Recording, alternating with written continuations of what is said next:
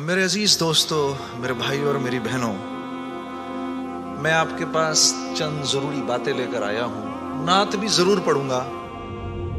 میں حیران ہوتا ہوں کہ اللہ نے یہ نعت پڑھنے کا سلسلہ شروع کروا دیا، کیونکہ تبلیغ میں نکل کے ہر ایک کی ناک میں کنڈا ڈالنا مشکل ہو جاتا ہے، تو وہ اللہ نے کوئی نعت کے ذریعے کچھ، اب آپ لوگ سب نعت سننے آئے ہوئے ہیں، تو اسی چکر میں آپ کو دو چار اپنی مرضی کی باتیں بھی سنا دیتا ہوں، پھر میں نعت بھی سنا دیتا ہوں۔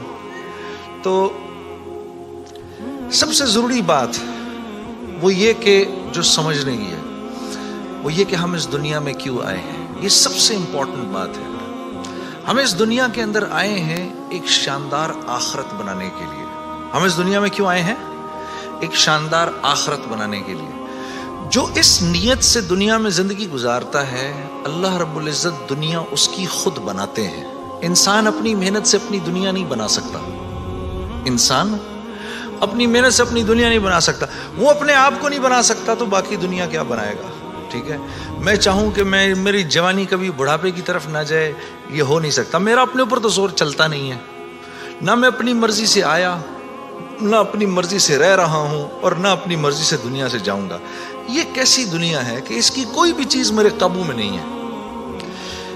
آپ یہاں رہتے ہیں، میں کراچی میں رہتا ہوں، کوئی لاہور میں رہتا ہے، کوئی پنڈی میں رہتا ہے، اور آپ کو پتہ ہے کہ یہاں آپ اپنی مرضی سے نہیں آئے ہوئے۔ یہ بھی بڑی عجیب بات ہے۔ قرآن میں اللہ فرماتے ہیں 5 چیزیں ایسی ہیں جس کے بارے میں کوئی نہیں جانتا، جو اس کے بارے میں جو بات کر رہا ہے سب غلط کر رہا ہے۔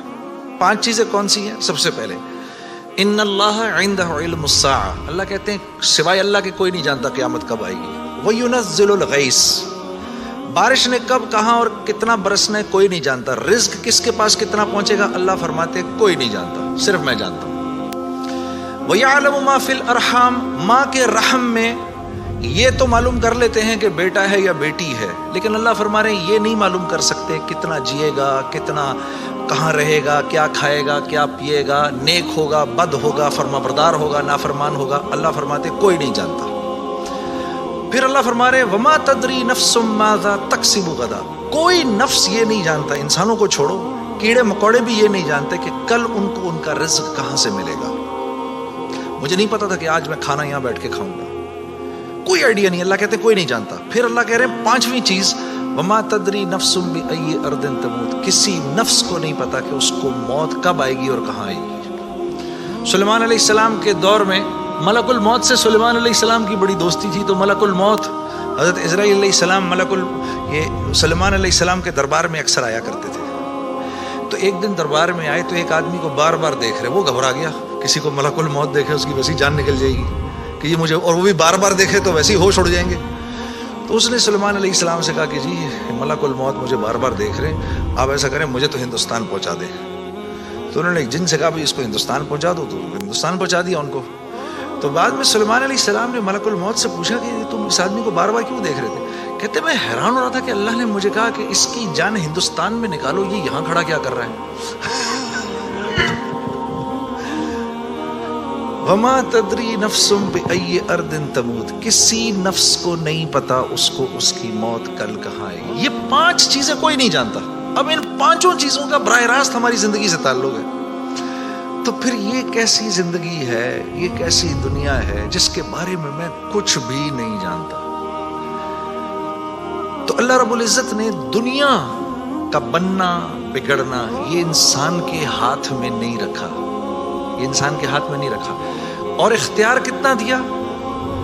ہم کہتے ہیں نا بھائی انسان کو اختیار ہے، بھائی اختیار کتنا دیا؟ اختیار اتنا دیا، کسی نے حضرت علی کرم اللہ وجہ سے پوچھا کہ حضرت یہ میرے پاس دنیا میں کتنا اختیار ہے؟ کہا ایک ٹانگ اٹھاؤ اپنی، تو اس نے اپنی ایک ٹانگ اٹھا لی۔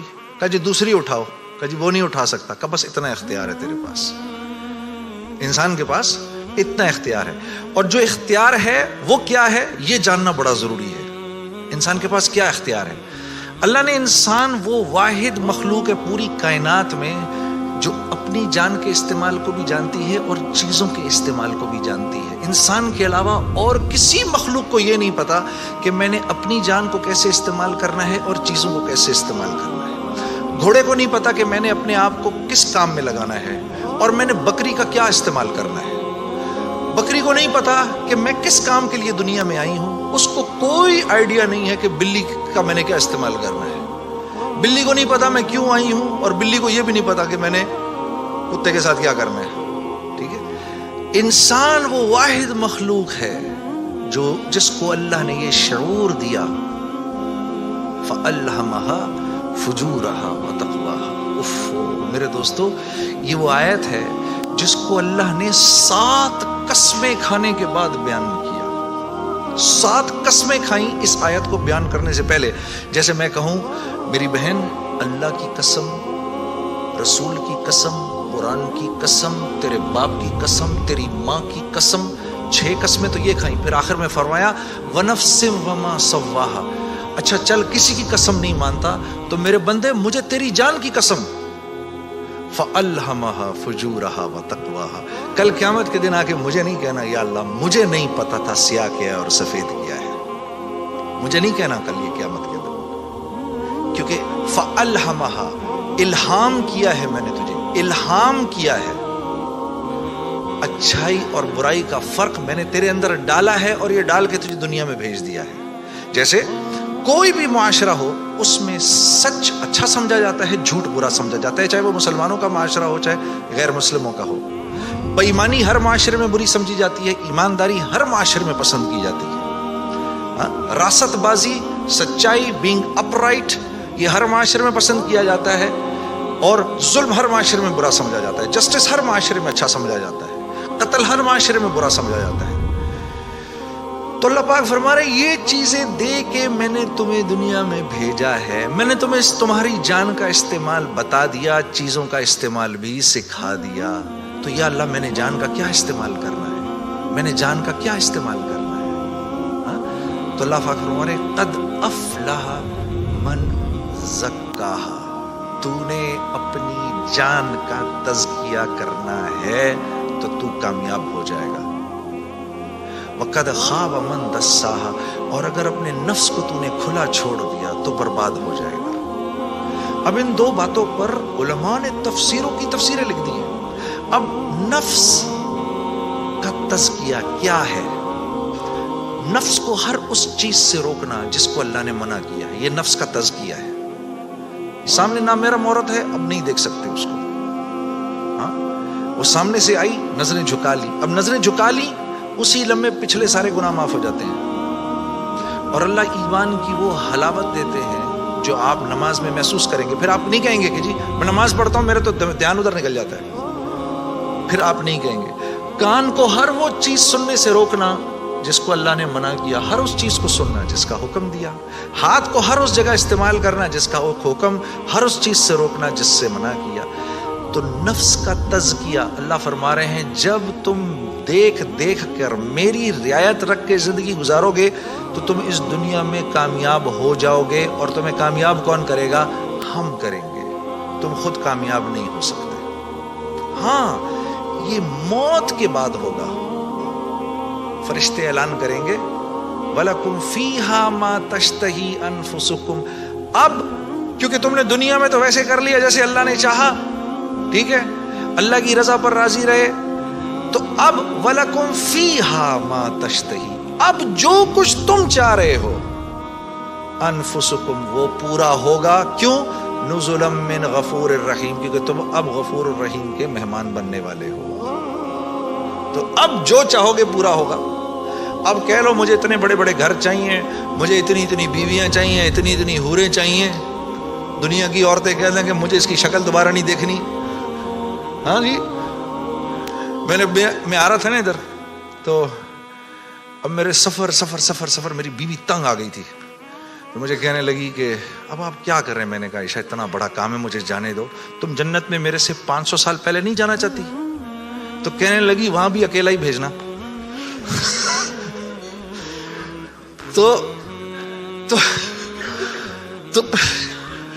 پھر مزے ہی مزے ہیں. پھر جو آپ چاہیں گے وہ ہوگا.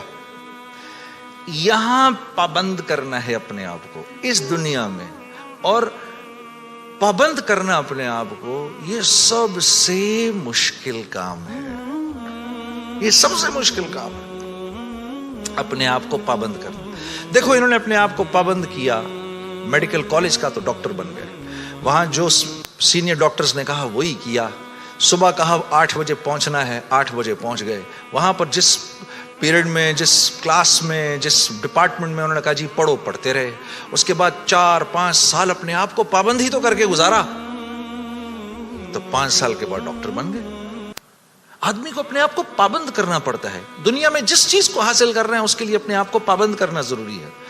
تو دین, اور پھر کیا ہے, جب پابند کیا تو اب ڈاکٹر بن گئے. اب ڈاکٹر بننے کے بعد ڈاکٹر بننے کے جتنے نفع ہیں اب وہ کمائے گا. یہ سیدھی سی بات. تو دین کے نفع اٹھانے کے لیے, کہ میں دین کے نفع اٹھاؤں, اللہ نے جو حکم دیا اس کے میں نفع اٹھاؤں, اس کے لیے پہلے ہمیں اپنے آپ کو پابند کرنا پڑے گا. اسی طرح سے اللہ جیسے کہہ رہے ہیں, جب وہ پابند کر لے گا تو پھر اس کے نفع اٹھائے گا, اور جو جتنا پابند کر لے گا اتنا ہی نفع اٹھائے گا. جیسے 1 گز زمین بھی زمین ہے اور پوری دنیا بھی زمین ہے. جس کے پاس 1 گز زمین ہے وہ 1 گز زمین جتنے فائدے اٹھائے گا, جس کے پاس پوری دنیا ہے وہ پوری دنیا کے فائدے اٹھائے گا. تو جس کی زندگی میں جتنا دین ہے اس نے دنیا میں نفع اٹھانے ہیں. جس کی زندگی میں جتنا کم دین ہے, پھر کیا ہے, مصائب اس کو گھیر لیتے ہیں. مصائب اس کو گھیر لیتے ہیں, حالات اس کو گھیر لیتے ہیں. کراچی سے, لاہور سے, فیصل آباد سے گلاسگو آ جانے سے حالات ٹھیک نہیں ہو جائیں گے. یہ کہیں اللہ کا وعدہ نہیں ہے کہ جگہ تبدیل کرے گا تو تیرے مزے ہو جائیں گے. نہیں, زندگی بدلے گا تو تیری زندگی بدلے گی. چاہے تو غربت میں ہے, چاہے تو امارت کے اندر ہے, چاہے تو وزیر ہے, چاہے تو محکوم ہے, چاہے تو دکاندار ہے, چاہے تو کارخانے دار ہے. اگر میری مرضی کے مطابق چل رہا ہے تو دنیا کی زندگی تیری ایسی بناؤں گا, دنیا کی زندگی کو تیرے لیے جنت کا نمونہ بناؤں گا. اگر میری مرضی کے خلاف تو چلے گا تو تیرے لیے تمام حالات اور تمام کامیابی کے نقشے ہونے کے باوجود تجھے مشکل میں ڈالوں گا. اور میرے عزیز دوستو, یہ ازل سے لے کر آج تک ہو رہا ہے, اور آج سے لے کر ابد تک یہی ہوگا. اب آپ لوگ یہاں کیوں آئے؟ کبھی آپ نے سوچا بھئی آپ گلاسگو کیوں آئے؟ آپ گلاسگو کیوں آئے؟ آپ آئے نہیں ہیں. اخرجت للناس, ہم نے لوگوں کے نفع کے لیے تمہیں نکالا ہے, ساری انسانیت. اخرجت للمسلمین نہیں, مسلمانوں کے نفع کے لیے آپ نہیں آئے ہیں یہاں پر. اخرجت للناس, ساری انسانیت کے نفعوں کے لیے میں نے تمہیں تمہارے گھروں سے نکال دیا ہے. یا اللہ ہم نے کیا نفع پہنچانا ہے ان کو؟ تأمرون بالمعروف وتنہون عن المنکر, تم نے اچھائی خود کرنی ہے اور ان کو اچھائی کر کے دکھانی ہے. برائی سے خود بچنا ہے اور برائی سے خود بچ کے ان کو کر کے دکھانا ہے. آپ یہاں اس لیے آئے ہوئے ہیں, میں قرآن بتا رہا ہوں آپ کو. وتؤمنون باللہ, جب یہ کرو گے, جب تم ایسا کرو گے پھر میری ذات پہ تمہارا ایمان بنے گا, ورنہ نہیں. تب تم میرے حکموں پر چلو گے. ایمان نہیں بنے گا تو حکموں پر نہیں چلا جاتا, پھر اللہ کے حکموں پر نہیں چل سکتا آدمی.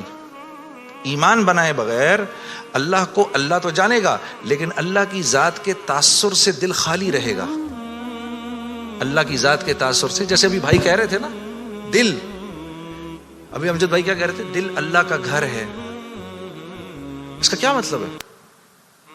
اس کا مطلب یہ ہے, اللہ فرما رہے ہیں میں ساری کائنات میں کہیں نہیں سما سکا ہوں تو صرف ایک مومن کے دل میں آ کے سما سکتا ہوں.